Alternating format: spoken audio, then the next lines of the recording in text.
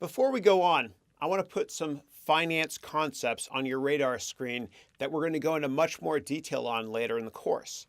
I also want to introduce you to the Portfolio Management Dashboard in exercise number 4 in this section.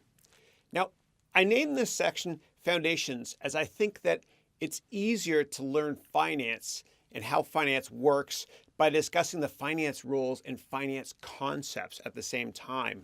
Right? Again, this course is based on my real-life practical experience. And you'll be a better investor if you understand the different roles and biases, etc., within finance. Now, in this section right after this one, we're going to jump right into investment banking.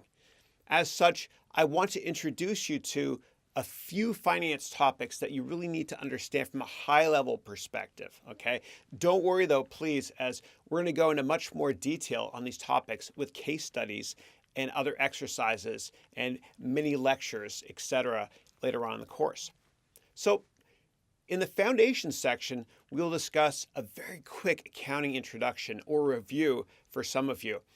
Then we'll move on to discuss valuation and the differences between a growth and a value investor, along with other topics, including which financial statements and valuation methodologies matter to which analysts.